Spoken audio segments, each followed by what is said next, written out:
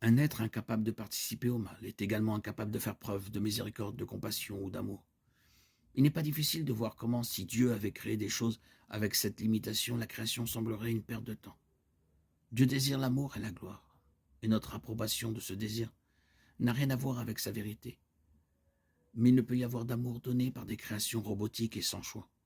Ainsi, pour que Dieu exclue même la possibilité du mal, il doit soit ne pas créer, soit créer quelque chose de totalement inutile. Logiquement, il va de soi que Dieu permet le potentiel du mal, parce que cette liberté est intrinsèquement la même que celle qui permet le potentiel de noblesse et de vertu.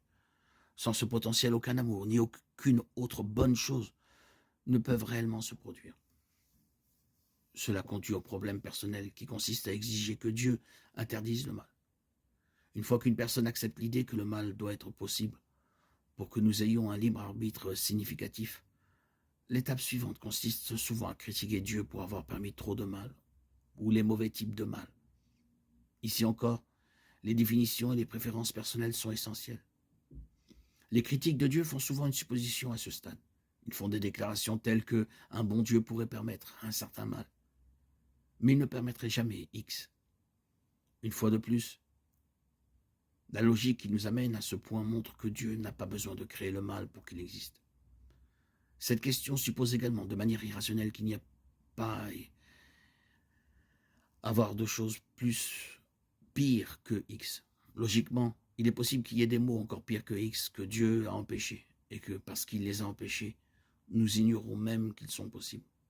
Continuer à critiquer Dieu parce qu'il y a trop de mal, c'est hésiter entre la logique et l'émotion. Nous pouvons ne pas aimer l'idée que Dieu permette certains types de mal.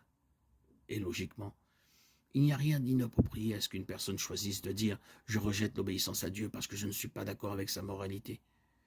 Mais la théodicée ne consiste pas à faire en sorte que Dieu soit d'accord avec nos caprices. Ce que nous ne pouvons pas dire logiquement, c'est que si Dieu n'agit pas selon nos préférences morales, alors il ne peut pas exister dans la perfection morale.